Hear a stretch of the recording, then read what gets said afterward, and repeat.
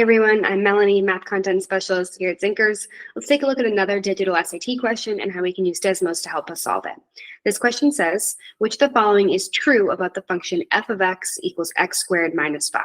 And then we're given three statements here to check. 1, the function f has a minimum. 2, the values of f are always positive. And 3, the values of f are increasing when x is greater than 0. So there are a couple different ways to do this question. This question is asking us about qualitative features of this function, meaning we're not being asked to calculate a quantitative value like the vertex, for example. So given the context of the SAT, we want to make sure we're solving this question as efficiently as possible. So we could either use some things that we know about this function, given that it's a quadratic and a parabola, or we could get a visual for this function, see what it looks like graphically, and then test our three statements against that visual. So I think that the visual will actually be a faster way to do it. So let's start here.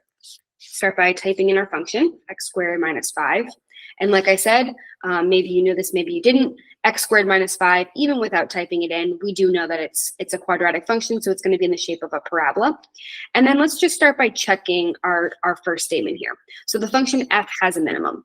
Again, if you knew this function was a quadratic and was a parabola right off the bat, then maybe you also knew that because we have a positive a value, the value in front of the x squared is a positive 1, the parabola is going to open upwards, and therefore we are going to have a minimum. And we can check that again with Desmos by seeing here's our minimum right here, 0, negative 5. So in this case, this first statement is true. Let's look at the second one.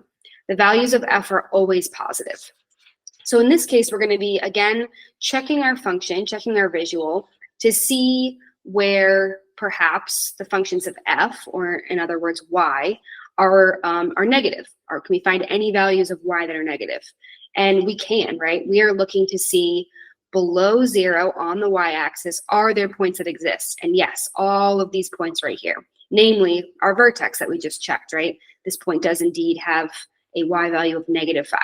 So we know, in addition to the vertex, there's a whole bunch of other points where the value of f or y is negative. So therefore, statement 2 is incorrect, not true.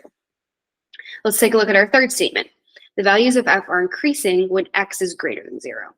So when x is greater than 0 is this entire right-hand side of my function, right? So everywhere to the right of this point here is 0. So again, I'm looking on this right-hand side, and parabolas are a mirror image of each other, so we can see it's just this kind of right side. And I do see that whenever x is greater than 0, my y values are increasing. This is a line with a positive slope, right? Again, just looking at that right-hand side of my function. So all of these lines, or this line in particular, is increasing. So therefore, all of my values of y, or f, are also going to be increasing. Therefore, this statement here, statement 3, is true. And we could have tested this if we were doing this without Desmos. We could test this with a series of points, right? We could plug in x is equal to 1, 2, 3, increasing values of x that are greater than 0, and then check to see what's happening with y. And we would find that this is indeed true. Those values of y would be increasing. However, that does take some time, right? And getting this visual just helps us be able to see it right away. So therefore, we should pick C as our answer choice. Is there another question that you want to see? Make sure to leave a comment down below. And don't forget to follow and like our channel for more digital SAT content.